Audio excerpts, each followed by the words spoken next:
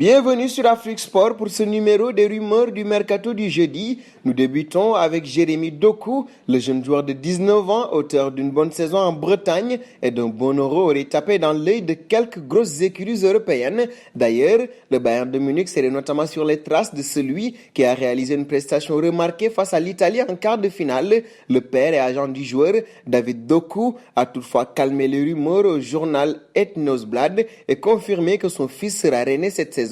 Recruté pour 26 millions d'euros, il ne devrait pas être vendu pour moins que cela. Faisons un saut en Italie. Malgré la prolongation du contrat d'Alexander Kolarov, la formation de l'Inter de Milan envisagerait tout de même la venue d'un latéral gauche pour cet été. Selon les dernières informations de Calcio Mercato, le nom d'Alex Telles aurait été coché par les Nerazzurri. Âgé de 28 ans, ce dernier dispose d'un contrat jusqu'en juin 2024 avec Manchester United. Pour utiliser, l'international brésilien envisagerait un départ.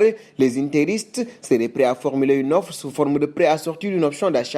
Des discussions seraient en cours entre les deux clubs. Passons à Bale. Prêté cette saison par le Real de Madrid à Tottenham, l'ailier gallois ne sera pas conservé par les Spurs. De ce fait, Gareth Bale est de retour au Real, pas forcément pour le plus grand bonheur de Florentino Pérez. En effet, le président merengue aimerait bien se défaire du salaire important de Bale, qui a encore un an de contrat. Cependant, l'intéressé aurait d'autres intentions et n'envisage pas de se trouver une nouvelle équipe. Si l'on en croit le Mirror, l'ailier souhaiterait aller au bout de son bail avec les merengues et prendra sa retraite après la Coupe du Monde au Qatar.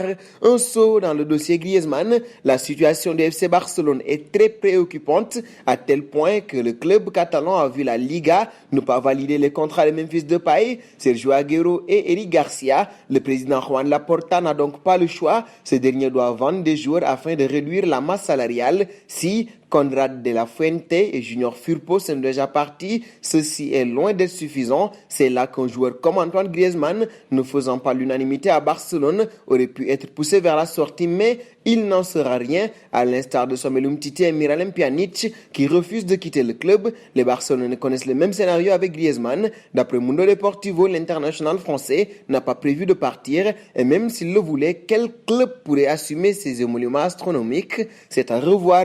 Et de Griezmann, nous passons chez les Reds. L'entraîneur de Liverpool, Jürgen Klopp, souhaite recruter 3 joueurs cet été pour rivaliser avec Chelsea à Manchester City. Il a fait de Kingsley Coman sa priorité, mais la piste semble complexe. D'ailleurs, les dirigeants bavarois sont confiants et espèrent conserver l'attaquant français. Insigne pourrait également venir en fin de contrat en juin prochain. Lorenzo Insigne suscite l'intérêt de Liverpool, mais aussi de l'Atlético de Madrid, de Tottenham et de l'Inter. Enfin, Klopp piste également Yuri Tielemans. L'entraîneur allemand juge son arrivée nécessaire pour pouvoir rivaliser avec les 2 finalistes de la Ligue des Champions, Manchester City et Chelsea, dès la saison prochaine. Nous terminerons avec Pogba, alors que son nom circulerait avec insistance du côté du Paris Saint-Germain.